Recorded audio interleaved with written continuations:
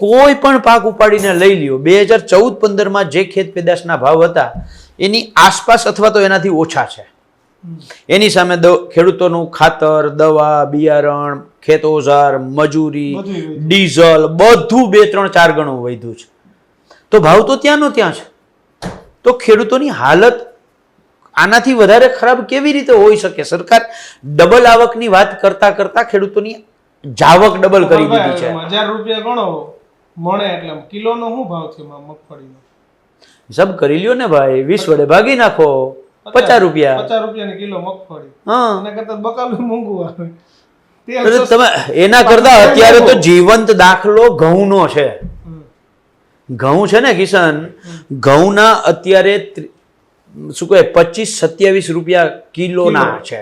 એની સામે તમે પ્લાસ્ટિક, લોખંડ, પતરું, એનો ભંગાર છે ને, ભંગાર એ 35-38 રૂપિયાનો છે.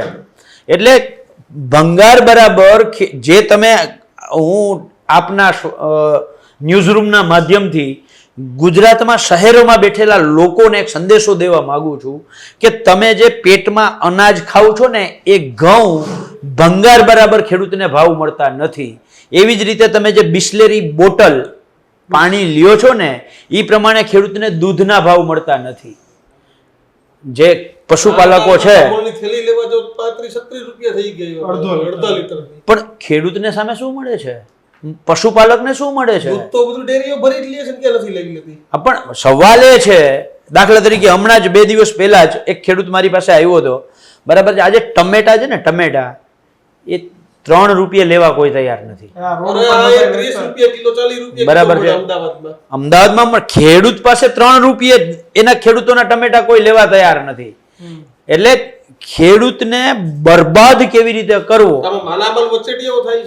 100% થાય છે. ત્યાં 3 રૂપિયાના મળતા ખેડૂત રોડ ઉપર વેચે, પણ અમદાવાદમાં તો 20, 30 કે 50 ના કિલો જ મળે. પણ એ સરકારની સિસ્ટમ નથી. કદાચ બકાલું છે, હાલો હું એમ માની લઉં કે એ કદાચ ઓલું શું કહેવાય ટેમ્પરરીલી બધું જ ઉત્પાદન છે એટલે એના કારણે ભાવ ઉપર નીચે થાય, 1 મિનિટ પૂરતું આપણે માની લઈએ. પણ અનાજ છે એ તો ફિક્સ છે, બિલકુલ ફિક્સ છે. મગફળી છે ફિક્સ છે, કઠોળ છે ફિક્સ છે, કપાસ છે ફિક્સ છે, બરાબર છે. અને બીજું આઝાદીથી લઈને 2014 સુધી, આઝાદીથી લઈ અને 2014 સુધી તમારે ના આઝાદીથી લઈને 2014 સુધી જે રીતે મોંઘવારી વધી છે. મિત્રો, આવા જ વિડીયો અને શોર્ટ્સ જોવા માટે આજે જ અમારી ન્યૂઝરૂમ યુટ્યુબ ચેનલને સબસ્ક્રાઇબ કરો.